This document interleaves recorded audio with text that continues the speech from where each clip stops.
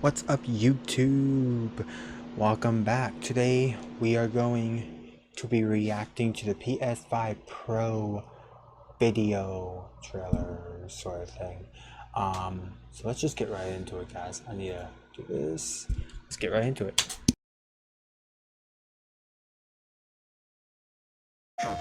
Hi, I'm Mark Cerny. I'm excited to be here to talk about the newest addition to our console lineup, PlayStation 5 Pro, and how it advances gaming technology. But first, I want to take just a minute to look at what we put in the original PlayStation 5 and how it delivers an exceptional gaming experience. When PS5 debuted in 2020, it brought a lot to the table. 8 Zen 2 CPU cores form the brains of PlayStation 5 and enable high-speed complex gameplay, with character counts reaching into the hundreds and frame rates that can be as high as 120 frames a second. PS5 has a powerful RDNA 2 GPU, which can render anything from intricate details to fantastic worlds with vast panoramas to explore. Ray tracing allows for dramatic visual improvements, including reflections off of water or glass, and the realism that comes from real-time global illumination. A custom SSD can... Everything they've said is factual. My PlayStation knows every damn thing. They're talking about the Slim. They're not talking about the main one. I don't know if they're talking about both, but I'm assuming they're mainly talking about the Slim model here because the Slim model has everything that they're talking about right here. So I'm assuming the Slim model is what they're talking about, but I don't really know what they're talking about right now. All I know is they're talking about what technology is in the old PlayStation, not the new one. So I'm probably not going to watch all this. I might just skim through it in a few minutes. Load data at breathtaking speed, resulting in ultra-fast transitions between game worlds and data streaming rates so high that traversal speeds are essentially unlimited. Tempest 3D audio tech brings an unparalleled sense of immersion to the sound of the games. With audio so real, you may not even need to see the enemies to know exactly where they are. Finally, the DualSense controller has haptics that let you feel through your hands what your character is experiencing inside of the game. It's wonderful to see such variety and richness of game experiences. Creators have made amazing use of the hardware capabilities, but when I talk to them, I do hear about their desire for more graphics performance. The dreams of the developers are bigger than can be supported at 60 frames per second, and that leads to an aspect of modern gaming that we're all familiar with: graphics modes. It can be a difficult choice for players. Fidelity modes emphasize the visual. Okay. So the thing is back to what I was saying about one, the what's it called, the PS5 controllers, the fact that you can feel exactly what your character feels in the game, that's a good little feature I like about it. But when it comes down to what mode I prefer using performance, and actually it's better. You can get 60 frames instead of 30, and less lag. There's less lag when you play with performance. I do have it on performance RX for certain games if that's an option, but either way I keep it on performance because fidelity doesn't really have that need for me. Yeah.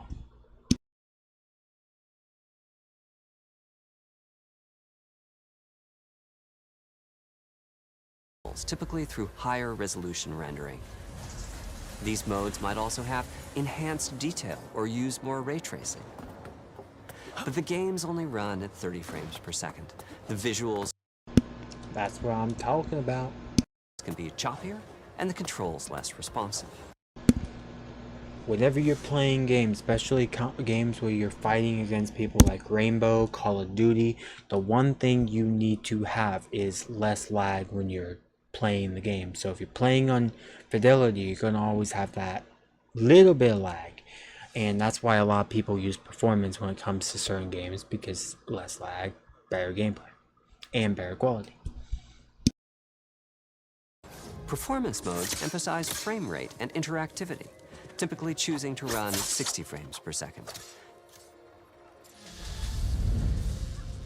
mainly by reducing the graphical detail until those frame rates can be achieved. When asked to decide on a mode, players are choosing performance about 3/4 of the time. I'm not surprised that people are picking the performance over fidelity. I like the option to have it. Like, I like the option to have, like, both options. So if I want to play one or the other, I can. But, of course, as he's going to say next, they're getting rid of it in the Pro, which makes sense. But they're also adding newer things in the Pro. So, yeah. Moving that decision, or at least narrowing that divide, is one of the key targets for PlayStation 5 Pro. We want to give players the graphics that the game creators aspire to, at the high frame rates that players typically prefer. To do that, PS5 Pro substantially improves over PlayStation 5 in 3 ways. Here's what we call the Big 3. Okay, the Big 3. Larger GPU, great. Ray tracing, amazing. Upscaling, which is an AI driven. I know what they look like, but the thing is again, you never know what these things look like because it's not real gameplay. As much as I want to say it is, I guarantee you no one got games for the Pro and tried playing it. There's no way someone got a game for it. It's all artificial gameplay, which sucks, but it still gives you a little bit of a feel for what the game's going to look like when on November 5th when this comes out. First, we made the GPU much larger and increased the speed of the memory it uses. The result is rendering that's up to 45% faster. Second, we made major upgrades to the ray tracing, taking a streamlined and accelerated approach that allows calculation of the rays at double or even triple the speeds of PlayStation 5. And finally, we added custom hardware for machine learning and an AI library called PlayStation Spectral Super Resolution, or PSSR for short. PSSR analyzes the game images pixel by pixel and can add an extraordinary amount of detail, which boosts the effective resolution of the games. Game creators are adding PS5 Pro support to new and existing titles, and with the Big 3 involved, the results can be pretty amazing, with graphics showing something like fidelity levels of detail, but at double the frame rate. Here's The Last of Us Part 2 running on PS5 Pro. It has huge amounts of detail and targets a super smooth 60 frames per second. Let's compare this to the fidelity mode on PS5, which is only running at 30 frames per second and is therefore much choppier.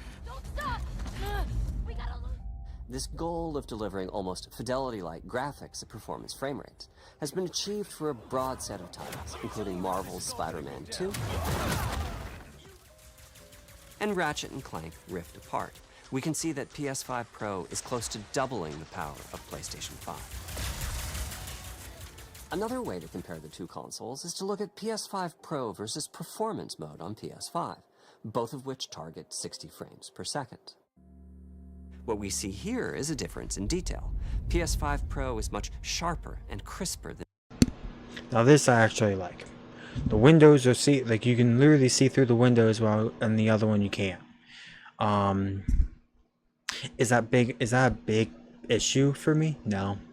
I don't really care. Like, the thing is yes, I would love to have clear windows, but I'm not paying $700, so all I can get is clear windows when it comes to like these and like those in the back and stuff like that. It's not worth my time. It's not worth my money or my time. Than PS5. For this, my favorite is the parade scene from Ratchet & Clank. Distant details are much clearer. I've never played Ratchet & Clank, but I do see the detail that's added. It's a lot more clear when it comes to certain pieces behind. But again, these are Unless this is an actual gameplay, I can't fully say yes or no to it being good or not. So 50-50.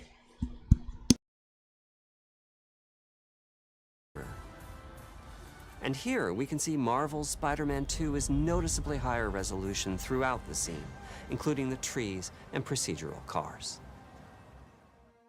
So overall, some remarkable improvement to the games. On PS5 Pro, we can see increased sharpness to the graphics or smoother and more responsive gameplay. This is the big three showing their value. As you've been seeing, machine learning via the PSSR library is being used quite broadly to add pixel detail and boost frame rate. But there are as many approaches as there are game engines. The increase in raw GPU power is being especially effective for Horizon Forbidden West. Apart from the detail boost, that extra graphics power is allowing for improvements to lighting and visual effects. It looks amazing. I have to admit that. I have to. I can't say it doesn't look good, like it does, but yeah. As well as to the hair and the skin in cinematics. Open up, guys. Jorv's orders. Good enough for me. Ray tracing is Whoa, whoa, whoa, whoa, whoa, whoa, wait, wait, wait, wait, wait, wait, wait, wait. Where?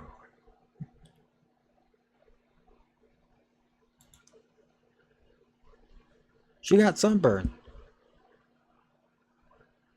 Damn, that's actually pretty noticeable. That's actually very weird, unless that's a light, but that looks like some kind of sunburn. That's weird. Ray tracing is finding broad usage as well, particularly when the games are focused on higher frame rates. The faster hardware in PS5 Pro can make a real difference. Allowing Gran Turismo 7 to add ray-traced reflections between the cars in gameplay, while continuing to support their targeted 60 frames per second. That boost in ray tracing is also delivering big wins for Hogwarts Legacy, allowing not only for better reflections and a greater variety of reflective surfaces, but also for further realism in the casting of shadows. I hope you've enjoyed this run-through of the technology behind PlayStation 5. So yeah. Okay. Pro. Simply put, it's the most powerful console we've ever built, and a worthy addition to the PS5 family. Let me wrap this up by giving you a quick look at a number of games running on the new console. Okay, so this is the newest. This is what the game should look like, but I guarantee it's not gonna look like it. And as much as I would love them to look like it, it's not gonna look like it. So let's just look. You'll never break a legend.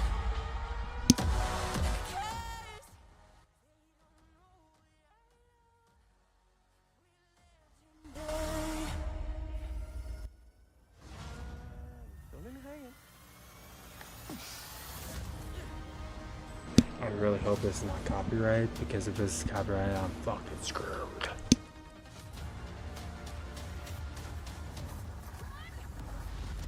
Close your eyes. It'll be worth it. Okay, I think what I might do is just skip to the end. Let's start from here.